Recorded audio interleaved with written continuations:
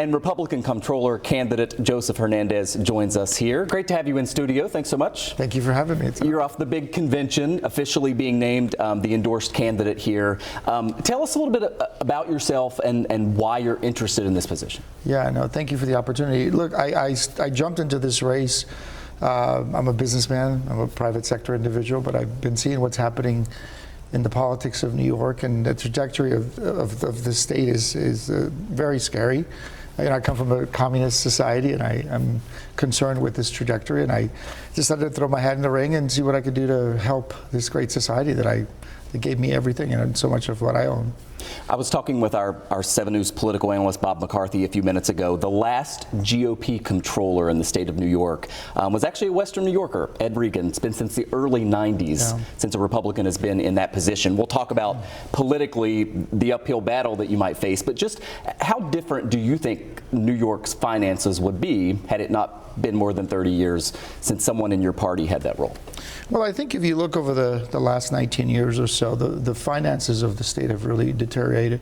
In one aspect, that the budget has really it's increased by almost 210%. It's incredible. It's gone from 120 billion to about 262 billion dollars, which is the budget for this year.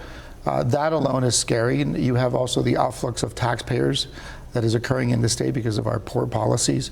You have the poor performance of the fund. I mean, the fund returned 5.8% last year, which is dismal. You know, the Treasury bills return about 4.25%. So you have a challenge with that. I think there's been no real oversight, in my opinion. This role is supposed to be an oversight role. You know, we've seen a lot of fraud and abuse in the system. You know, these are things that the comptroller should be on top of, and those kinds of things are really important. The other important aspect of this is, you know, the power of the fund is immense. It's $292 billion fund. You can do a lot of benefit to not only the pensioners but the taxpayers. Obviously, the better the pension performs, the less the taxpayers have to pay, and also you can use it for economic development in a good way. Not only applying your fiduciary duty, which is to get return on the fund, but also to improve the lives of people in these regions. So I plan to use the fund for all those reasons, or all those purposes. Managing the pension fund is a huge part of the job. You touched on it there, but what is your biggest criticism of how incumbent Tom DiNapoli has been managing that fund? How would you do it differently? Well, I think the performance is an indicator. I mean, obviously, you know, if you were to generate 5.8% on Wall Street, you'd be fired. It's not a viable return when the S&P's returning about 15%. So what I would do differently is what other funds have done, other funds that are performing, other pension funds that are performing. If you look at CalPERS last year returned about 11.6%. And the primary reason that was, and the only thing they do differently, I would say, is that they have an in-house investment team. So I would bring in an in-house investment team that will focus on investing in the sectors of growth where there's lower risk. You know, you still have a fiduciary responsibility to reduce risk, but there's other ways to make better returns without taking crazy risks. You know, this fund has paid Wall Street $1.4 billion in fees. And again, look, I'm a Wall Street guy.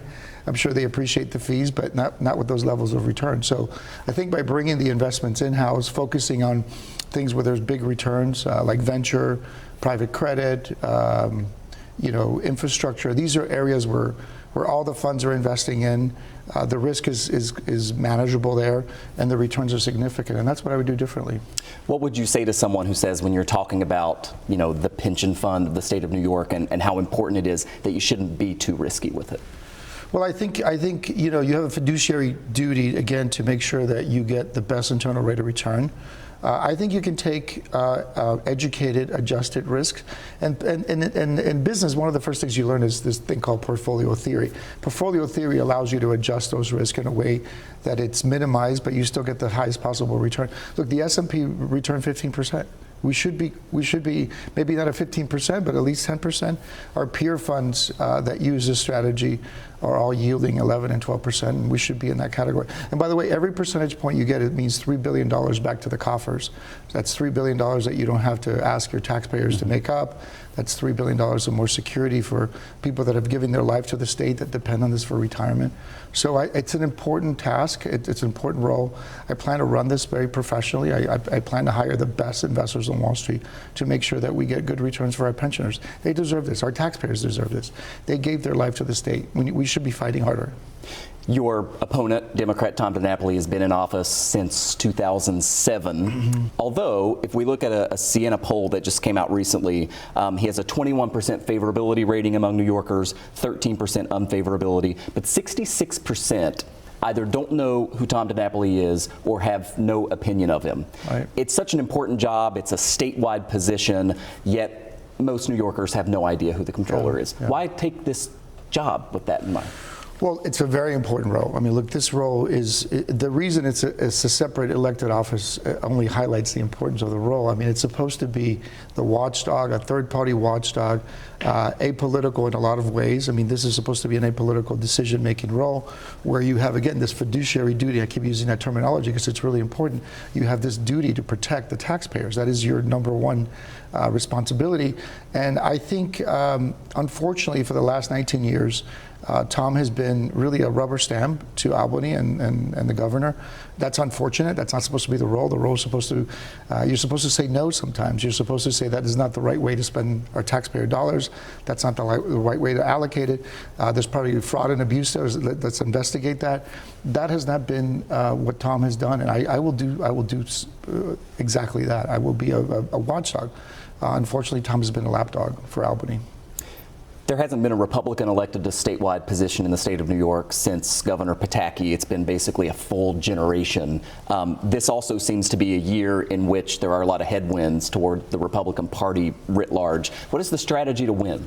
Well, look, I think if you're a New Yorker and you have seen the challenges we face in this state, I mean, our cost of living keeps going up, our taxes keep going up, the services government provides has been decreasing. We have massive exodus of tax base out of the state, both from companies and from individuals. I think, irrespective of where you sit on the political spectrum, you see this. I mean, this is obvious to everybody. And I think we need change. I think there's a clear understanding that the current trajectory is not good for the state. I think most logical voters will see that, and I think they want change. I think change is justified. Our ticket is a very impressive ticket. We have a very unified ticket. These are logical people. These are common sense people. Bruce Blakeman is the most logical politician I've interacted with. He really loves the state. He wants the best for the state. And I think we're going to do well because of that. We bring common sense to the equation, and I think New Yorkers need that, and they want that.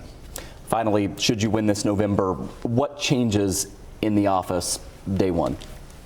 Well, day one, we'll absolutely do, we will bring in technology to do real-time audits. We think there's massive fraud and abuse going on at the state level on the funding side, Medicaid, and agencies like the MTA. We're going to do a real up and down analysis of the capital, the outflow of capital. We're going to build in an in-house team to look at fraud and abuse. We're going to bring in forensic accountants. We're going to bring in career prosecutors that know the financial sectors to make sure that we build strong cases because there's fraud and abuse here. We're going to smoke that out. And then we're going to build this team that I'm talking about. We really need to change the strategy on how we manage the fund. And then thirdly, what we want to also do is we want to invest in New York. So I'm going to set aside $10 billion to deploy in regions like up here. I mean, this, if you think about what happened historically in upstate and western parts of New York, we built the Industrial Revolution. Companies like GE, Corning, Kodak. These are names that resound across the universe, across the world. And that's a legacy that we have. We need to build on that. We need to recreate that. And my plan is to bring in the next generation of technologies, the next generation of companies here, the next generation of tax base to ensure that we have continued tax resources. And then so that our kids don't have to leave the state for jobs. We want to create the next generation of jobs here for our kids. And that's why I'm doing this. Republican candidate for comptroller Joseph Hernandez, thanks for coming in. Thank you so much. Thanks. Enjoyed it. Thank you. Appreciate it.